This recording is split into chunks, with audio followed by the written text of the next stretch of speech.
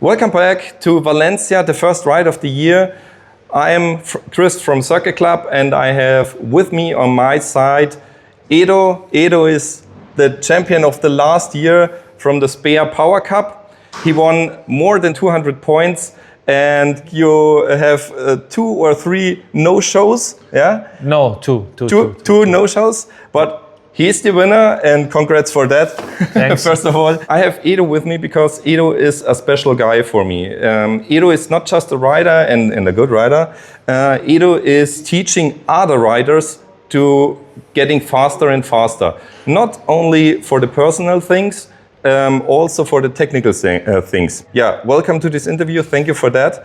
Maybe you can give our people an explanation what you're doing in your training, because it's not a training, it's a consulting, I heard. Yeah. It's kindly different because during the years and during my career, I developed this method because I was bored about driving with the people inside, slow, fast, and I thought there was another method that should work. And the method works with cameras. There are cameras in different positions on the bike, and I don't ride with the people. I stay in the box, and we analyze the video. The riders are recording inside the truck, so they are doing their own. What they learn is done for them, for their capacity of learning, and not by repeating something is in front or in the back. So, and the main part of this method is the technical part, because a lot of people try to push their limits, but without considering that the bike has a lot of screws, a lot of regulations, and a lot of meters are riding with bad positions or just very bad setup, and it's completely useless riding that way. So we work to put the rider in the correct position of the bike, help to the rider to learn how to move on the bike, because it's not a car. On the bike, how you move from a side to another, and while braking or while on the throttle, affects a lot the setup. So nothing is similar for everyone. Everyone needs their own regulations. For sure, there are some basic rules, but a lot of times in the amateur world, we are often out of the basic rules. So we're trying to help the people to do order in their mind. And also, and one other important thing, when people comes to backpack racing, we write down a setup sheet of the bike, because it's important to measure the bike, how the bike is set it up. So we discover a lot of things, because people is coming, no, I want to learn this, and this. And we discover a lot of problems on the bike. Okay, so now we have a quick overview over all. But when the people are starting to do the training or the consulting with you, what's the first things when you have a totally unknown guy? We don't modify nothing before the rider goes in for the first session, because first of all we want to see how you ride and how the bike works. And we only measure the bike, and just to be sure that the bike is safe. Before he's riding the first session. But we don't touch nothing, really nothing. After the first session, we analyze the video, we take a look at the videos, we have data of the bike, so we can apply modifiers if needed.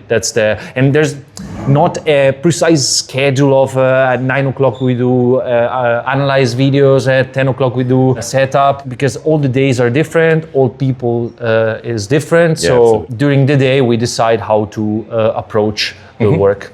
Okay, and you decide, or you get closer to the guy with the camera. So you analyze the videos of the guy, right? Yep. So how many cameras do you need for that? It depends, because basically we start with some basic positions. So start to see from the back of the bike how the rider moves, and even after we can go to see something more in detail of the throttle and braking, or on board to see lines or gears and how the rider is revving the engine, and also foot positioning from here. It depends. So you change the camera positions during the day? Even on the positioning of the cameras, there's not a schedule.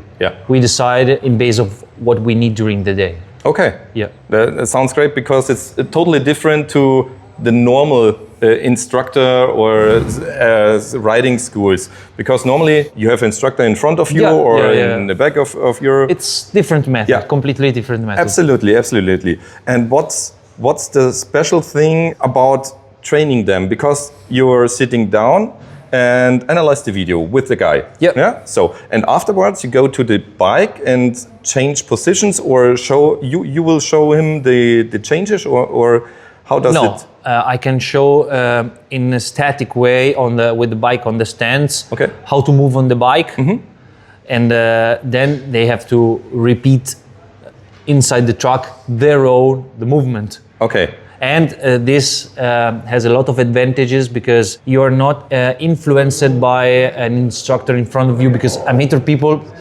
sometimes get scared of the instructor because the instructor is in the front but the rider is not able to calculate the distances, don't want to stay too close to the instructor, and it's difficult work. So you go inside your own, you're without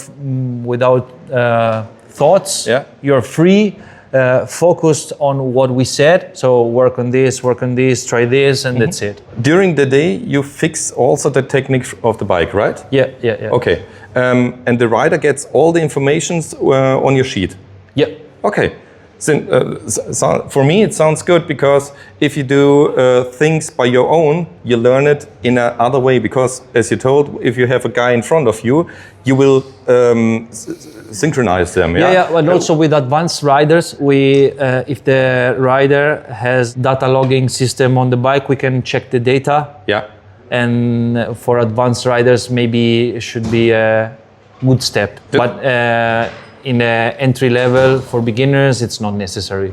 Absolutely. Okay, I know what you mean. It's not necessary. When you have a beginner with you, you do it every time the same way, just with the cameras, or go in front of them then for the first sessions? Never. It's a totally different way. If it's a beginner, and we do a lot of beginners, because I'm based in Italy, and I do like 50 events per year. 50. Wow. 50 events per year. Mostly in Cremona, which is like home track, which is World Superbike track. We do like 50 events there during the year, and not everybody is a pro rider. Yeah. So there are a lot of beginners, a lot of first time on track.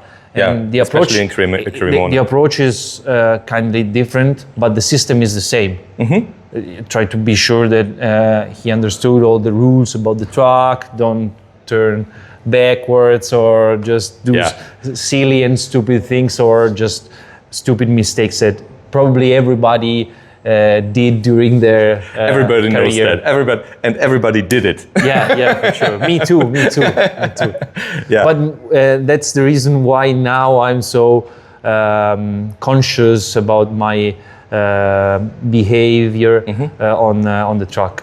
And what do you think about it's the best duration? Is it an one-day consulting or 2 or 3? What do you think it's the best? Especially when you do it the first time. For sure, the best is when you have time to work. So we are here in a Speer racing event, so 3 days. I think the best is doing 2 days and then the Sunday free, just to apply your own.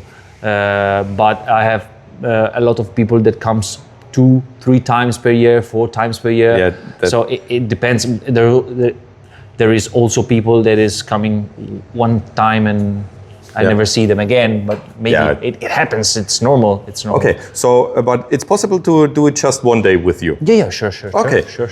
If you do it just one day, what's the things? Because in one day you don't have the chance to fix everything. No. Is it more the position, or is it more the technical part? It depends. It's more what the rider needs. Okay, good. What I say always, it's not important to do all the 5 or 6 sessions. Let's spend the time on the bike to do the position if you need to change gearing or I don't know, something else. But let's be sure that the bike is in a correct way to perform inside the track. That's good. And then if the bike is right, then you can work on yourself. Yeah.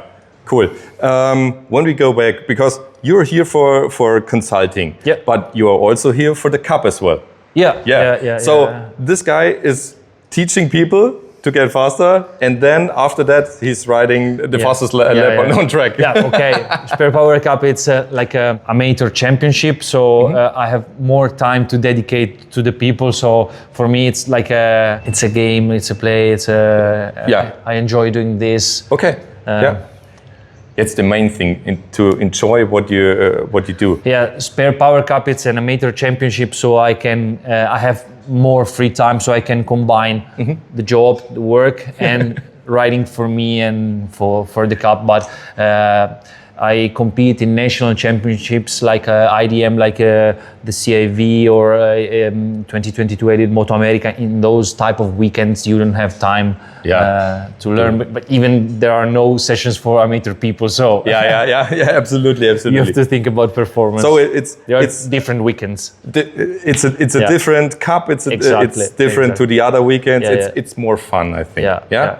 And also, in the past, I spent 4 times World Superbike. I had a team in 300 Supersport that I was teaching. Very fast guys, won the World Championship 300 Supersport. So, was great experience for me. He's an absolute professional rider. I try to be. I think you are. So, I think it would be a good idea to get in touch with Edo. I give you 50 euros later. Later. To get in touch with Edo. Maybe he will make you faster as well. I will try it. And Edo, I have just say thank you for the interview. And I wish you good luck for this cup and for this weekend in Valencia, and have fun. Thanks a lot, and I will enjoy for sure. Ciao. People, thank you. See you next time. Ciao, ciao.